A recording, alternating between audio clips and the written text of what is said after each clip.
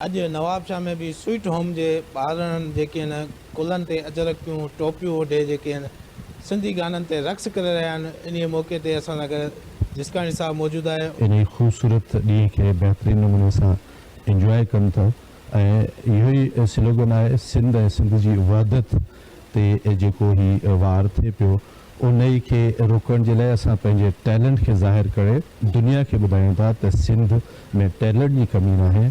ही नौजवान अॼु जा नौजवान सुभाणे जा इहे हिन मुल्क खे हलाईंदड़ सिंध सकावत असां हर साल मल्हाईंदा आहियूं ऐं पंहिंजे वॾे धूम धाम सां ऐं पंहिंजे ख़ुशी सां सभु पंहिंजे सिंध जो आगाज़ कंदा आहियूं।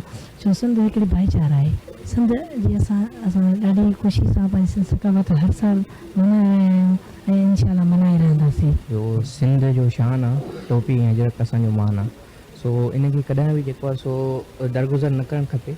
इनखे हमेशह रिप्रेज़ेंट कंदा अॼु ऐं उन में पंहिंजो जेको आहे सो शाह अब्दुल भटाई उहो बि जेको सो सिंध जो मान आहे उनजी बि मान रखंदा अचो ऐं कॾहिं बि हिकिड़ी रिप्रेज़ेंटेशन हूंदी आहे कंट्री जी कल्चर। सो इनखे कॾहिं बि पोइते न रखिजो। आज का जो हमारा दिन है ना कल्चर डे, हम पाकिस्तान स्वीट होम के नन्हे फरिश्तों के साथ सेलिब्रेट कर रहे हैं। ख़बर आहे त सकाफ़त जो ॾियारो आहे। असां सभु गॾिजी ख़ुशी सां मल्हाए रहिया आहियूं ऐं असांखे लाज़मी मल्हाइणु घुरिजे। असां सिंध जा रहवासी आहियूं। असांखे पंहिंजी सकाफ़तनि खे पंहिंजी सिंध खे बेटा पेश करणु घुरिजनि। लाज़मी इन ॾींहं ते असांखे मल्हाइणु घुरिजे ऐं असां सभु गॾिजी इन खे सभु जशन कंदासीं, सभिनी गॾिजी मल्हाईंदासीं इन खे ऐं असांखे इहो लाज़मी मल्हाइणु घुरिजे। कैमरामैन मुशर भट्टी सां गॾु आमिर भट्टी, धरती टीवी न्यूज़, नवाबशाह।